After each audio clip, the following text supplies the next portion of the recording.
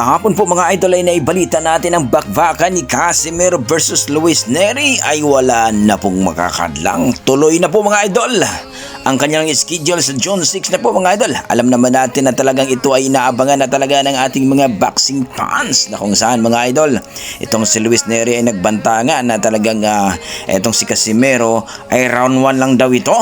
TKO na daw ang abutin ito. Grabe naman itong si Luis Nery mga idol, sinisigurado talagang hindi daw obra ang ating pambato na si Cuadrolas Johnwell Casimero. May isang buwan pa nga mga idol sa kanilang paghahanda at talaga namang malupit na bakbakan nito. Ayon sa ating mga boxing fans mga idol, pareho daw talaga itong malulupit. Ang ating 3 Division World Champion na si Cuadrolas Casimero kayang patumbahin itong si Luis Nery. Ayon sa ating mga boxing fans, talaga magpapakitang gilas daw itong si Casimero dapat. Kumbaga, Sula ni Titi daw ang galawan nito. Kumbaga, yung laban ni Casimero kay Sula ni Titi, yun daw talaga ang gustong makita ng ating mga boxing fans mga idol na 3 round lamang. TKO na ang inabot ni Sula ni Titi. O itong si Doc Maika mga idol, yun ang mga gustong makita daw ni mga boxing fans natin, yung mga galawan ni Casimero dati. Pero ngayon mga idol, nung nakarang laban mga idol, mas malupit pa. Binasag yung ilong ng Hapon mga idol na si Tom Mishokoshi mga idol. Kaya ayon sa ating mga boxing fans, yung mga sinabi ni Luis Pantera Nery, baka kakainin lang daw ito, baka siya daw ang matikyo. Pero hindi pa rin magpakumpiyansa dapat itong si Casimero mga idol. Sa kabilang banda mga idol, bato-bato na po ang katawan ni Casimero mga idol. Pinakita kung gaano na po kahanda itong si Cuadrolas Casimero. Kaya wag daw tayo yung mangamba.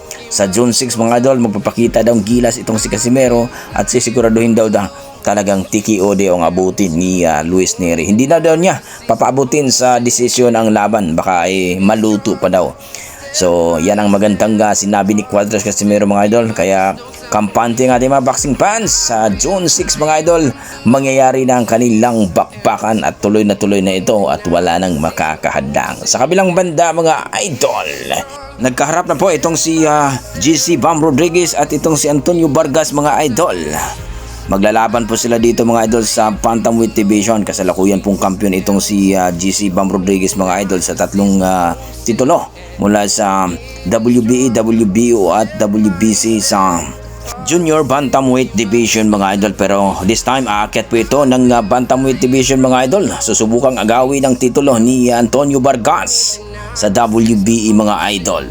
So kung manalo si GC Bam Rodriguez dito mga idol ay magiging 3 Division World Champion na at posible pang makalaban daw niya itong si Nonito Donaire, ang ating dalichin mga idol. Pero ayon sa ating mga boxing fans, posible po yan mga idol dahil po itong si Donaire may pangalan talaga mga idol. Bagamat wala na po ito, hindi na po siya kampiyon, pero malaking bagay pa rin sa resume ni GC Bam Rodriguez na natalo niya si Donaire. Pero para sa akin mga idol, hindi na, baka matalo pa niya si Donaire at sasabihin na may edad na itong si Donaire kaya natalo.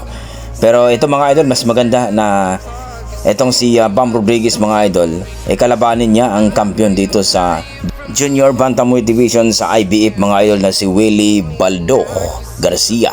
Kumbaga undisputed ang kanilang paglalabanan para maging undisputed na itong si GC Bam Rodriguez mga idol. So kayo mga idol, ang nasasabi niyo sa ating video, please comment down below mga idol para ating pag-usapan. Maraming salamat. Kuha na natin bango.